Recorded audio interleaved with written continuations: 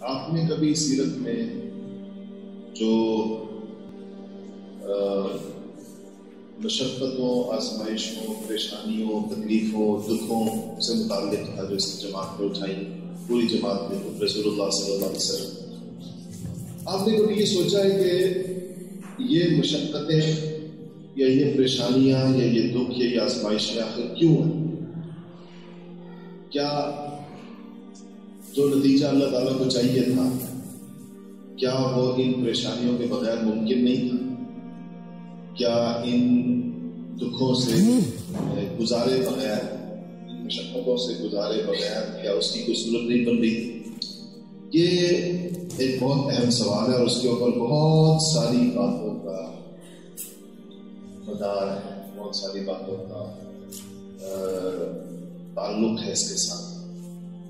قرآن شریف نے خود بھی اس منظر کا ذکر کیا ہے اور اس کو تعبیر کیا ہے قرآن نے وَزُلْزِلُوا زِلْزَالًا شَدِيدًا سے، جھنجھوڑے گئے سخت ترین جھنجھوڑنا، وَزُلْزِلُوا زِلْزَالًا شَدِيدًا، شدید ترین زلزال بونچال کو کہتے ہیں، سخت ترین کسی کو جھنجھوڑا جائے۔ یہ قانون ابتلاء و آزمائش کہلاتا ہے اور قرآن شریف کا مطالعہ بتاتا ہے کہ اللہ جل شانہ جن لوگوں سے کام لیتے ہیں دین کا، ان کو ضرور مبتلا کیا جاتا ہے، ان کو ضرور ابتلا کہتے ہیں کسی مصیبت کے اندر جانے کو یا آزمائش میں جانے کو، کہ ان کو ضرور اس میں سے گزارا جاتا ہے۔ اس گزارنے کا فائدہ کیا ہوتا ہے اور کیا اس نظام سے گزارے بغیر وہ نتائج نہیں حاصل ہو سکتے؟ یہ ایک بڑا اہم سیرت کا ایک موضوع ہے، یہ سیرت کی ایک جہت ہے، اس سے ہم کو واقف کو یہ واضح ہونی چاہیے۔ جو آپ دیکھیں، یہ پریشانی کی ایک آخری قسم ہوتی ہے کہ جب انسان اس کی وجہ سے اپنی سرزمین چھوڑنے کو مجبور۔ ہجرت کا مطلب یہ ہے کہ اب آپ کے لیے کوئی آپشن نہیں چھوڑا گیا، کوئی راستہ نہیں چھوڑا گیا، کوئی صورت نہیں چھوڑی گئی کہ جس سے آپ کسی بھی طرح کو جگہ پر رہ سکیں۔ یہی ہوا مکہ کے اندر۔ بیشتر سیرت نگاروں کے خیال میں 5 نفری کو ہجرت دی اور یہ اللہ جل شانہ نے اسی لیے ہجرت کے ساتھ بہت بڑے بڑے ثوابوں کو جوڑا ہے کہ کہا گیا ہے کہ جو لوگ ہجرت کرتے ہیں، میں آپ کو صرف وہ آیتیں 2 سنا دوں قرآن شریف سے۔ ایک سورۃ النحل کی آیت ہے کہ اللہ جل شانہ یہ فرماتے ہیں کہ وَالَّذِينَ هَاجَرُوا فِي اللَّهِ مِن بَعْدِ مَا ظُلِمُوا لَنُبَوِّئَنَّهُمْ فِي الدُّنْيَا حَسَنَةً وَلَأَجْرُ الْآخِرَةِ أَكْبَرُ لَوْ كَانُوا يَعْلَمُونَ، کہ وہ لوگ جن لوگوں نے ظلم و ستم سہنے کے بعد اللہ کی راہ میں ہجرت کی، ظلم و ستم سہنے کے بعد اللہ کی راہ میں ہجرت کی، ہم انہیں دنیا میں ضرور اچھا ٹھکانہ دیں گے۔ لَنُبَوِّئَنَّهُمْ فِي الدُّنْيَا حَسَنَةً، لَنُبَوِّئَنَّ کہتے ہیں ٹھکانہ دینے کو، بسانے کو، پھر دنیا حسن، دنیا کے اندر اچھا ٹھکانہ ضرور دیں گے۔ یہ ہجرت کا صلہ ہوگا۔ وَلَأَجْرُ الْآخِرَةِ أَكْبَرُ، اور جو اس کا صلہ آخرت کے اندر ہے اللہ پاک نے فرمایا وہ تو اکبر ہے، وہ تو بہت ہی زیادہ بڑا۔ اکبر آپ کو پتہ ہی ہے بڑا ہونے کا آخری درجہ ہوتا ہے، تو کہا وہ تو بہت ہی بڑا ہے۔ لَوْ كَانُوا يَعْلَمُونَ، اگر تو لوگ جانتے۔ اسی طرح یعنی ہجرت کرنے والے کو اللہ جل شانہ ایک تو دنیا میں اس کا صلہ عطا فرماتے ہیں، بہترین جگہ ان کو دیتے ہیں رہنے کے لیے۔ لَنُبَوِّئَنَّ کہتے ہیں رہنے کی ٹھکانہ دینے کو، لیکن یہ 3 تاکیدوں کے ساتھ ہے۔ ایک تاکید لام کی ہے اور 2 تاکید آخر کے اندر 2 نون ہیں اس لفظ کے، ضرور بضرور بضرور۔ اور پھر کہا گیا آخر پہ دوسری آیت ہے قُلْ يَا عِبَادِ الَّذِينَ آمَنُوا اتَّقُوا رَبَّكُمْ لِلَّذِينَ أَحْسَنُوا فِي هَٰذِهِ الدُّنْيَا حَسَنَةٌ وَأَرْضُ اللَّهِ وَاسِعَةٌ إِنَّمَا يُوَفَّى الصَّابِرُونَ أَجْرَهُمْ بِغَيْرِ حِسَاب۔ سورۃ الزمر کی آیت ہے کہ نبی آپ کہہ دیجئے کہ اے میرے بندو جو ایمان لائے ہو، اپنے رب سے ڈرو، جنہوں نے اس دنیا میں اچھے عمل کیے ان کے لیے بھلائی ہے، اور اللہ کی زمین وسیع ہے۔ اللہ کی زمین وسیع ہے کا مطلب یہ ہے کہ اگر ایک جگہ تم کو اللہ تعالیٰ کے احکامات کے مطابق زندگی گزارنے نہ دی جا رہی ہو تو اللہ کی زمین وسیع ہے، کسی اور جگہ چلے جاؤ، کسی ایسی جگہ چلے جاؤ جہاں پر تمہیں اللہ کے احکامات کے مطابق زندگی گزارنے دی جائے، اور پھر کہا کہ بلا شبہ صبر کرنے والوں کو ان کا پورا پورا اجر بے حساب دیا جائے۔ حضرت ابن عباس رضی اللہ تعالیٰ عنہ مشہور اور مفسر ہے، فرماتے ہیں کہ یہ جو آیت ہے جو نبی پڑھی آپ کے سامنے، فرماتے ہیں کہ یہ حضرت جعفر طیار اور مہاجرین حبشہ کے بارے میں، اور جعفر طیار ان لوگوں میں سے تھے جنہوں نے حبشہ کی ہجرت کی۔ اچھا، اب جو ہجرت حبشہ کے بارے میں دو چار باتیں، یہ تو آپ نے بچپن سے آپ سن رہے ہیں، ہجرت ہوئی اور حبشہ کی جانب ہجرت۔ اصل سوال یہ ہے کہ ہجرت حبشہ کی جانب کیوں ہوئی؟ پوری دنیا میں سے حبشہ کا انتخاب کیوں کیا ہے؟ ایک بات یہ، ہجرت کن لوگوں نے کی؟ کیا سب لوگ چلے گئے؟ دوسرا سوال۔ تیسرا سوال یہ ہے کہ ہجرت کیوں ہوئی؟ کیا صرف ظلم و ستم ہی اس کی وجہ تھی یا کوئی اور وجہ بھی تھی؟ اور چوتھا سوال یہ کہ اس ہجرت کا پھر فائدہ کیا ہوا؟ پہلی بات یہ کہ ہجرت حبشہ کیوں؟ ایک تو اس کی وجہ مصائب اور پریشانیاں، یعنی جب مارا جا رہا ہے، بھوکا رکھا جا رہا ہے، زمین پر لٹا کر اوپر سے چٹانیں دھری جا رہی ہیں، زمین کے اندر زندہ گاڑا جا رہا ہے، حتیٰ کہ بعضوں کو تو سولی پر لٹکایا جا رہا ہے، یہ تکلیفیں جب بہت بڑھ گئی، ایک سبب تو یہ تھا۔ دوسرا سبب یہ تھا کہ اس میں ایک دعوت کا پہلو بھی تھا کہ اگر مکہ مکرمہ کی سرزمین اسلام کی دعوت کے لیے بالکل ناسازگار ہو جائے تو پھر متبادل جگہ کون کون سی ہو سکتی ہیں؟ ان میں سے ایک بہترین جگہ حبشہ کا تھا۔ حبشہ اس زمانے میں قریش کا بھی ایک بہت بڑا تجارتی مرکز تھا، کہ لوگ قریش تجارت کے لیے وہاں پر آیا جایا کرتے تھے۔ تو ایک ایسی جگہ جہاں پر جا کر مسلمانوں کو یہ اطمینان ہو کہ یہاں پر ہم پہ ظلم نہیں ہو، کیونکہ جب نبی کریم صلی اللہ علیہ وسلم نے یہ کہا کہ حبشہ کی طرف جاؤ، اس کی وجہ بیان کی ہے۔ آپ نے کہا کہ لو خرجتم الى ارض الحبشہ فإن بها ملكا لا يظلم عنده احد وهي ارض صدق حتى يجعل الله لكم فرجا مما انتم فيه۔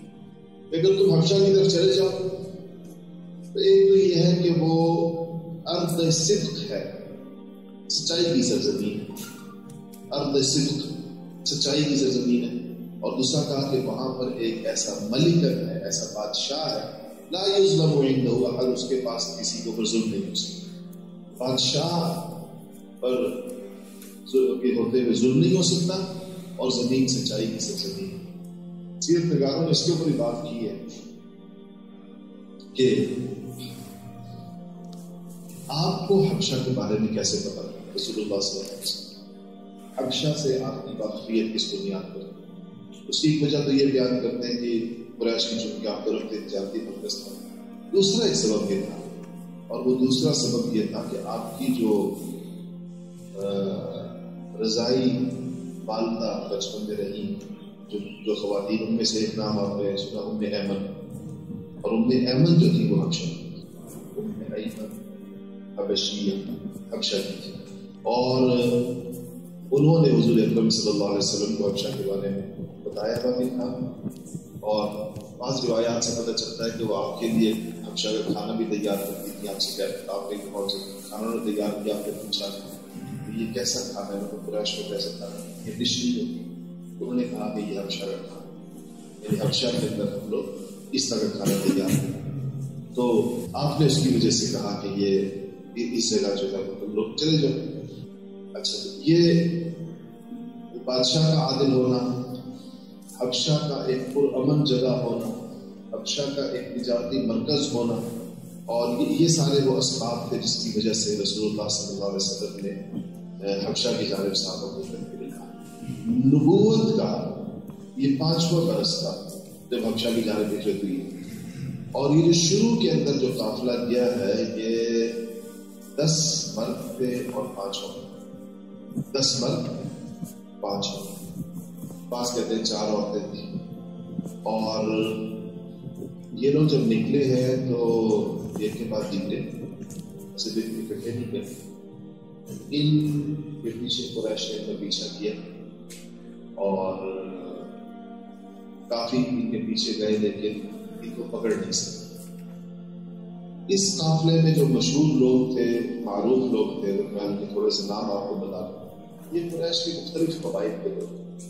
مثلا اس قافلے کے اندر حضرت عثمان غنی اور ان کے ساتھ ان کی اہلیہ حضرت رقیہ بنت رسول اللہ صلی اللہ علیہ وسلم، دو لوگ تھے. یہ میاں بیوی تھے.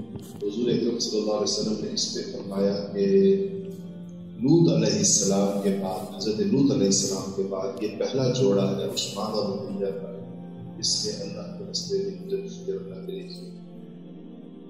اس میں زبیر ابن عوام، ان کا پورا نام ہے زبیر بن عوام بن خویلد. خدیجہ کا نام، والد کا نام کیا تھا؟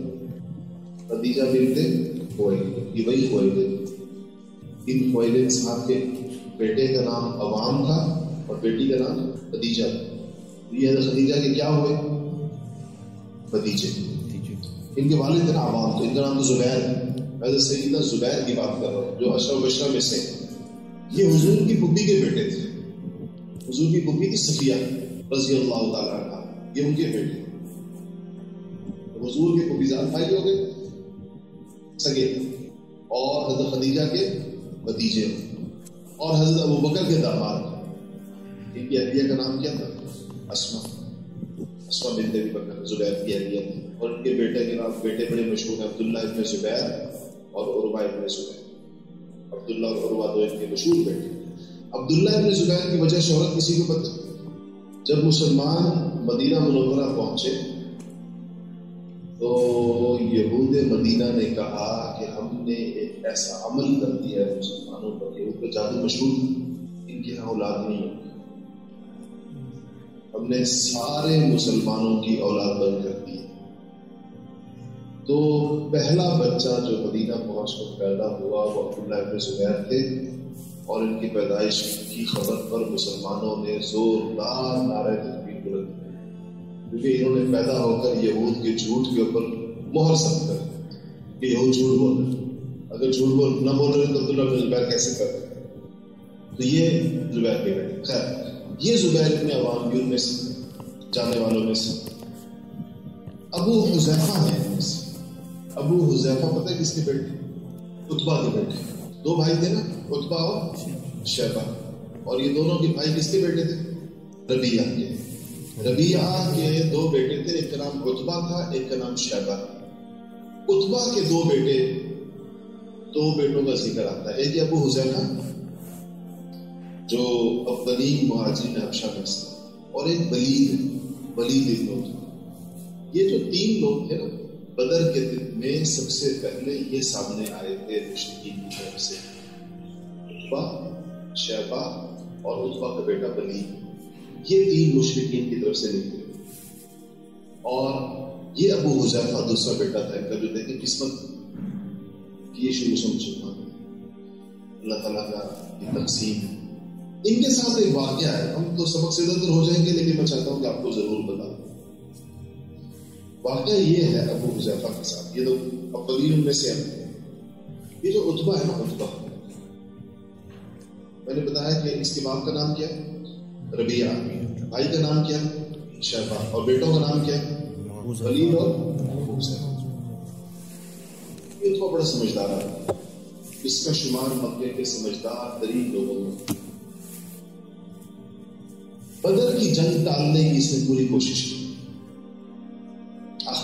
اگر چاہے مشرکین کی طرف سے. تو اس کا جو آپ کو ذکر ملے گا عتبہ کا، ایک تو ادھر ملے گا کہ جب حضور اکرم صلی اللہ علیہ وسلم کے ساتھ بات چیت کے لیے قریش نے سوچا کہ ہم ایک آخری بات کرتے ہیں، آخری کوشش کرتے ہیں. انہوں نے اپنے سب سے سمجھدار، سب سے سافٹ اسپوکن، سب سے زیادہ جس کو کہنا چاہیے عقل مند آدمی کا انتخاب کیا، تو وہ عتبہ گیا اور حضور صلی اللہ علیہ وسلم کو بڑے احترام سے مخاطب کیا. اور عرب کے اندر احترام سے مخاطب کرتے ہوئے ہمیشہ کلیت سے خطاب کیا جاتا ہے. کہتے ہیں کہ اے ابو القاسم، حضور سے کہتے ہیں کوئی صورت بیچ کی بنائے کہ قوم کے ساتھ جھگڑا ختم.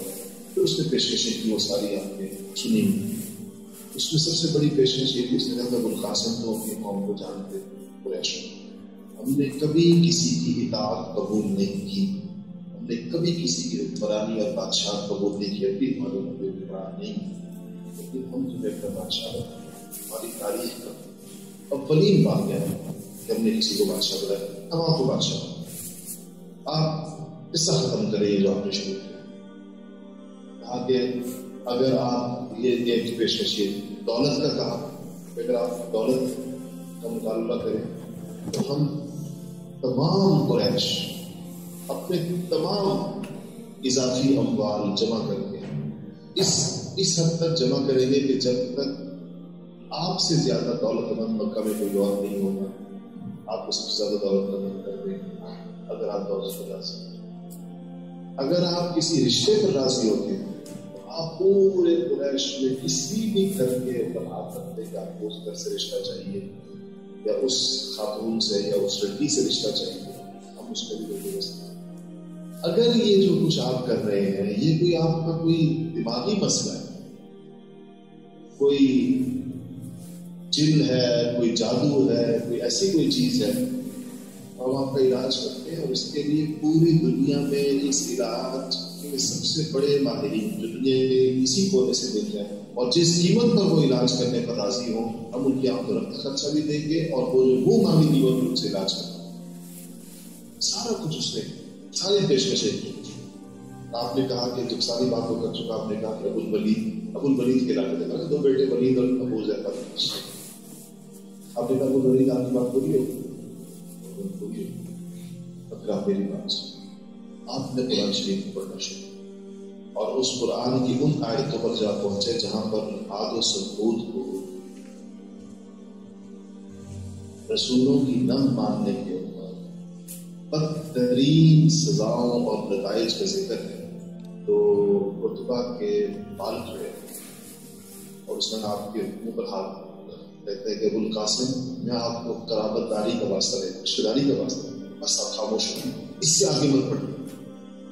اتنا وہ ڈر گیا ان آیات سے، اتنا وہ سمجھدار آدمی تھا، اتنا زیرک قسم کا آدمی. بدر میں ایسے ہوا کہ قریش نے آدمی کو لے کر آئے تھے جو اسسمنٹ کا ماہر تھا، اندازہ لگانے کا ماہر. اس کو بھیج دیا تھا کہ جاؤ دیکھو ان کا لشکر کتنا ہے مسلمان. اس سے جا کے دیکھا 300 بندے، کچھ اوپر 300 سے. اسلحہ دیکھا تو کچھ بھی نہیں، سواریاں دیکھی تو کچھ دو گھوڑے ٹوٹل چند اونٹ ہیں، تلواریں پوری نہیں ہیں، زرہیں نہیں ہیں، تیر کمان نہیں ہے، نیزے نہیں ہیں، افراد بھی کم ہے. اس کو تو یقین بھی نہیں آیا کہ یہ دو لشکر آپ کے سامنے آ چکے ہیں.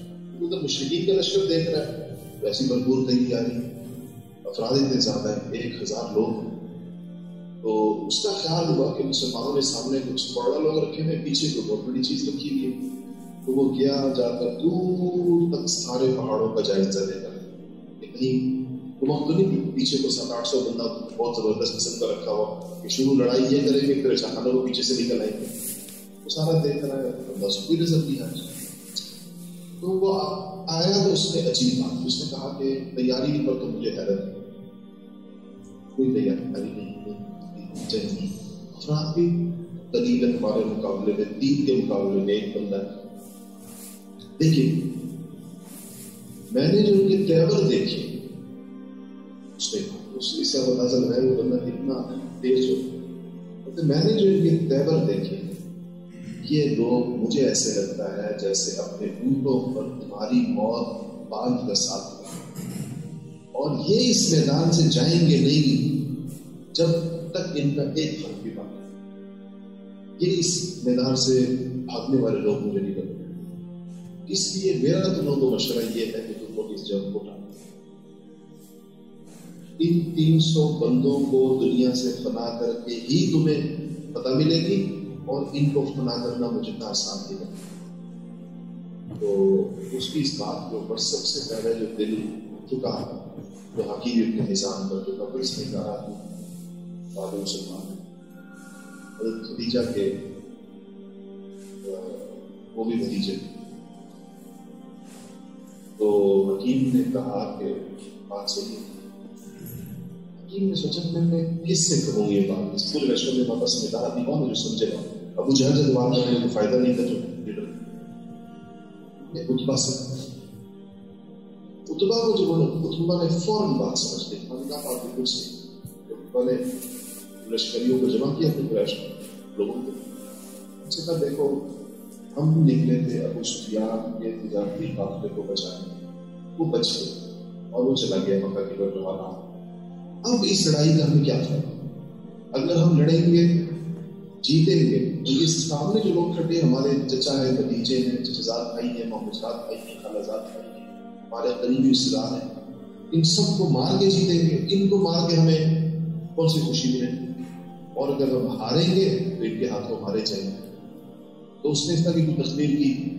تو ابو جہل کو پتہ چلا کہ اتبا جو ہے وہ پورے لشکر کو جنگ سے ہٹا رہا ہے. تو وہ آیا اور اس نے بہت سخت طاقت اس تانے پر اتبا نے جو ہے وہ جو بدر میں سب سے پہلے سامنے آیا اس کی وجہ یہ تھا. اس نے کہا کہ ابو جہل یہاں پہلے تو بہت سخت سوچنا اتبا سے تو کیوں جنگ کو ڈال رہے؟ ہم تو آج کا سکون گٹ میں آئے یا ہم یہ رہے گے بات. اور باقی جو تم باتیں کر رہے ہو جنگ نہ ہونے کی مجھے اس کی وجہ پتا ہے. اور وہ وجہ یہ کہ تمہارا بیٹا ابو حذیفہ کا سامنے والے لشکر بھی وہ اور تم اس بات سے ڈرتے ہو کہ ابو حذیفہ کو تمہارے ہاتھ سے نہ مارا جائے. اس پر اتبا کو حیرت آئی. تو عربوں کا مزاج گویا مجھے یہ تانا دیا جا رہا ہے کہ میں نے اپنے ذاتی مفاد کی وجہ سے اپنے قوم کے اجتماعی مفاد کو پسے خوش کر اس کو اتبا نے کہا کہ میں سب سے پہلے جاؤں اور میرے ساتھ میرا بھائی شیخا جائے اور میرے ساتھ میرا بیٹا ولید جائے. ہم لوگ اب سب سے پہلے وہ تانے سے وہ ہو گئے کیا کہنا چاہیے اس کو اس کا ہی لوگ جس بات کی. تو جب گئے تینوں دونوں بھائی اور ایک بھتیجا تو گئے تو ادھر سے 3 انصار مقابلے میں آئے. مسلمانوں کی طرف سے 1-2 مقابلہ ہوتا ہے نا شروع کے. تو بعد میں پھر انسان طرف پڑتا ہے. تو جب 3 انصار آئے تو انہوں نے ڈھانٹے باندھے ہوئے.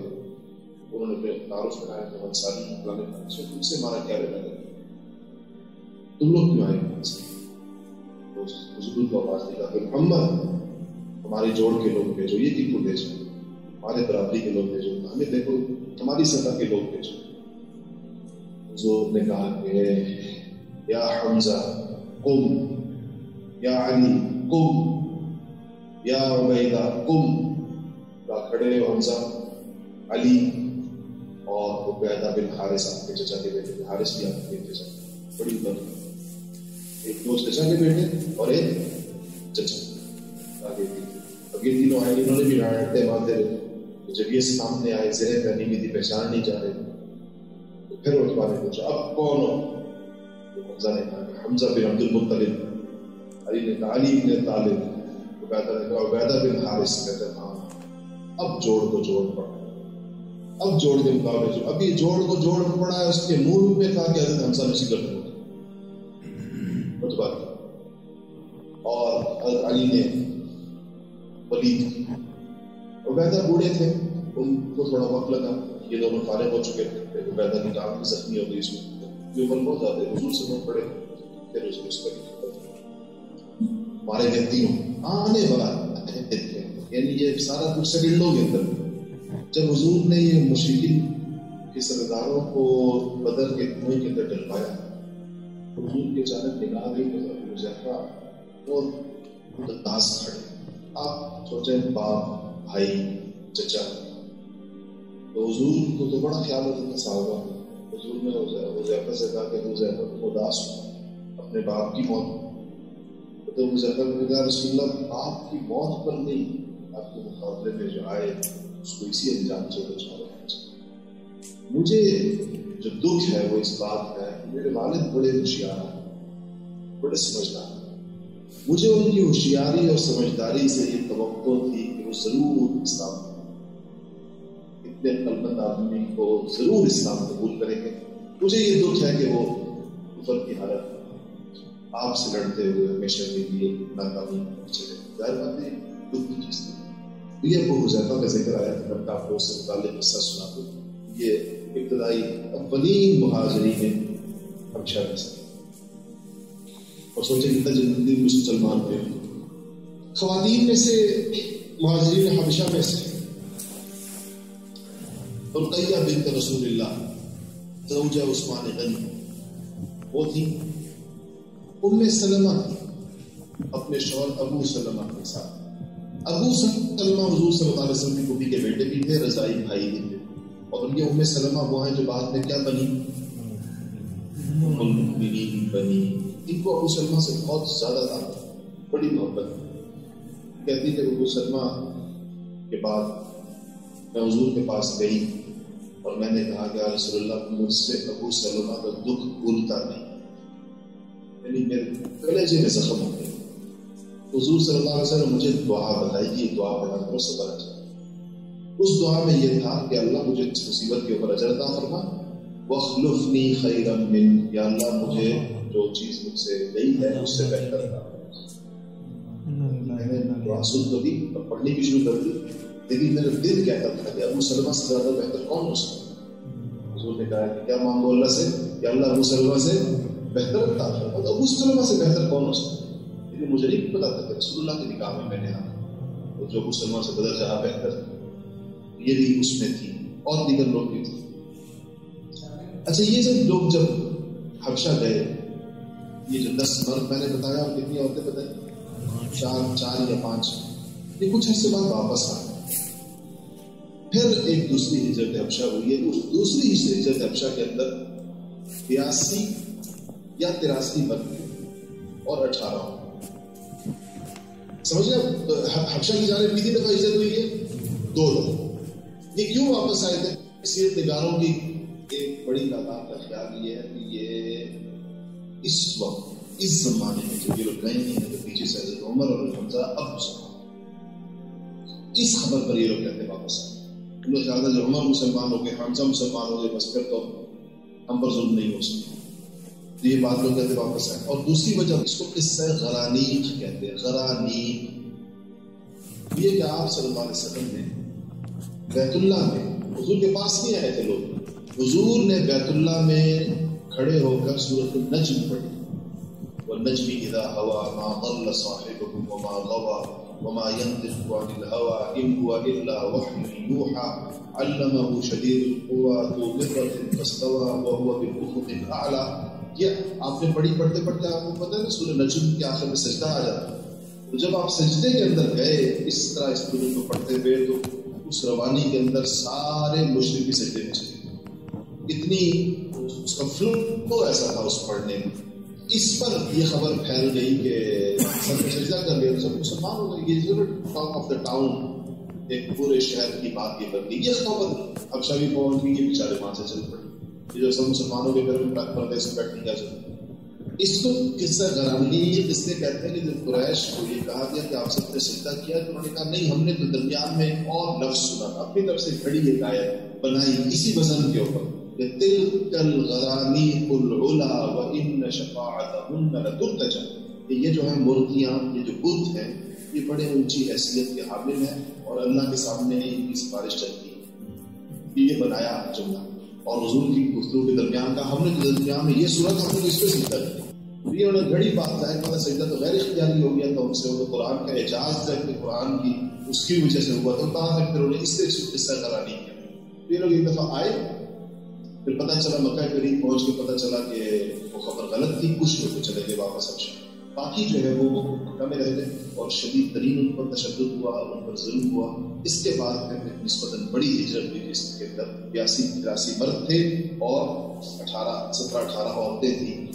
یہ لوگ جب دوبارہ حبشہ گئے تب وہ واقعہ پیش آیا جسے کہتے ہیں قریش نے اپنے دو بہترین سفارتکار، ایک حضرت عمرو بن عاص اور ایک عبداللہ بن ابی ربیعہ، یہ دو بندے بہترین ڈپلومیٹس قریش کے اندر اس کو شریک کرنے کے لیے بہترین لوگ، ان دونوں کو بھیجا کہ جاؤ لے کر آؤ واپس۔